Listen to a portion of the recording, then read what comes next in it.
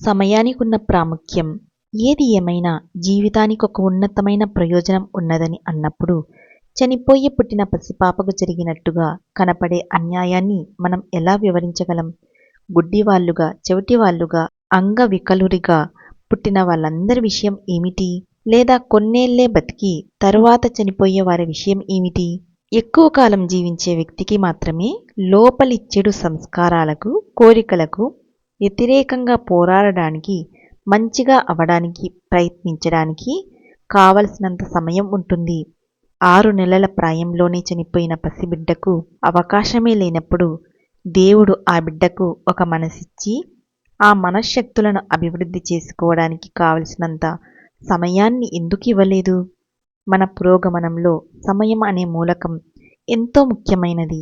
కేవలం ఒకే ఒక్క జీవితకాలం సరిపడినంత సమయం ఇవ్వకపోవచ్చు. ఒక బిడ్డ చిన్న వయస్సులోనే మరణిస్తే ఆ చావుకు ఒక కారణం ఉంటుంది. తన మానవ లేదా దివ్య శక్తులను వ్యక్తం చేయడానికి అతడికి చాలినంత సమయం లేకపోవడం వల్ల అవి వ్యక్తం చేయడానికి అతడికి మరొక అవకాశం ఇస్తారు. ఆ వ్యక్తి ఎలాంటివాడంటే అనారోగ్యం వల్ల బడికి వెళ్ళలేకపోయిన పిల్లవాడి లాంటివాడు. పిల్లవాడు బడిని శాశ్వతంగా వదిలేయడు. ఆరోగ్యం బాగుపడగానే అతడు బడికి తిరిగి వెళతాడు. తన పాఠాలను ఎక్కడైతే వదిలేశాడో అక్కడ్నుంచి మొదలు పెట్టడానికి. జీవితం విషయం కూడా అంతే.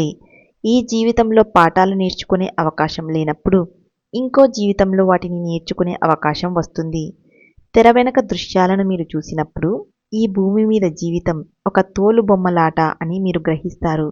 ఈ క్షణంలో మనం అనుభవిస్తున్నది ఇప్పటికి నిజంగా అనిపిస్తుంది, కానీ కొన్ని సంవత్సరాలు గడిచాక అది మనకి కలలాంటి అవాస్తవం. అలాగే ఇప్పుడు మనం అనుభూతి పొందుతున్నది 5 సంవత్సరాల క్రితం అవాస్తవంగా కనపడి ఉండవచ్చు.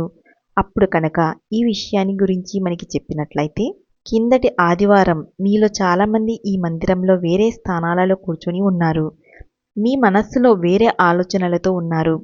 ఈరోజు మనం ఒక విభిన్నమైన చిత్ర ప్రదర్శన చూస్తున్నాం. మీకు తెలిసిన ఎంతమంది ప్రజలు ఈ భూమి అనే నాటక రంగం నుంచి ఇప్పుడు మాయమైపోయారో ఆలోచించండి. జీవితం మారుతూ ముందుకు సాగుతుండే ప్రదర్శన అనే భావన నిరుత్సాహకరమైనదేమీ కాదు. జీవితాన్ని మనం అస్సలు నిజంగా తీసుకోకూడదని అది మనకి బోధిస్తుంది. మాయ, విశ్వభ్రాంతి, శరీరం ఎంతో నిజమని మనం భావించేలా చేస్తుంది.